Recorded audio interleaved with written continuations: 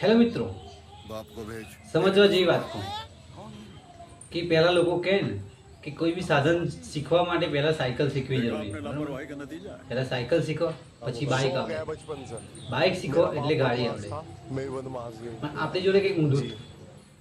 આપણને પહેલાથી સાયકલ નહોતી આવડે તો બાઇકનો સવાલ જ નહોતો. એટલે આપણે વિચાર્યું કે ચલો બાઇક તો આવડતું નથી એટલે ગાડી શીખ. એટલે આપણે ગાડી શીખવા સ્પાર્ટન મંગાવ્યું આણંદમાં. તે ગાડી 10 દિવસ શીખ્યા, લાયસન્સ બી આવી ગયું, બાઇકનો ઠેકાણો હતો અને બાઇક આવડતું. વર્ષ 2 વર્ષ પછી બાઇક લાવ્યા. સાયકલ તો આવડતી જ નથી અને બાઇક લાવ્યા, બાઇક શીખ્યા. જબરું આવ્યું. બાઇક શીખ્યા તોય સાયકલ નહોતી આવડતી. પછી વર્ષ પછી સાયકલ લાવ્યા, સાયકલનો ટ્રાય કર્યો, સાયકલ આવડી ગઈ.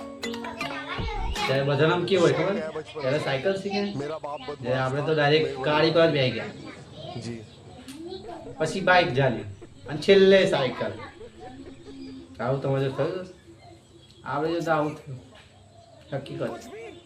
मेरे पास कोई आवाज नहीं है, मुझे माफ कर दे आप लोग सारे.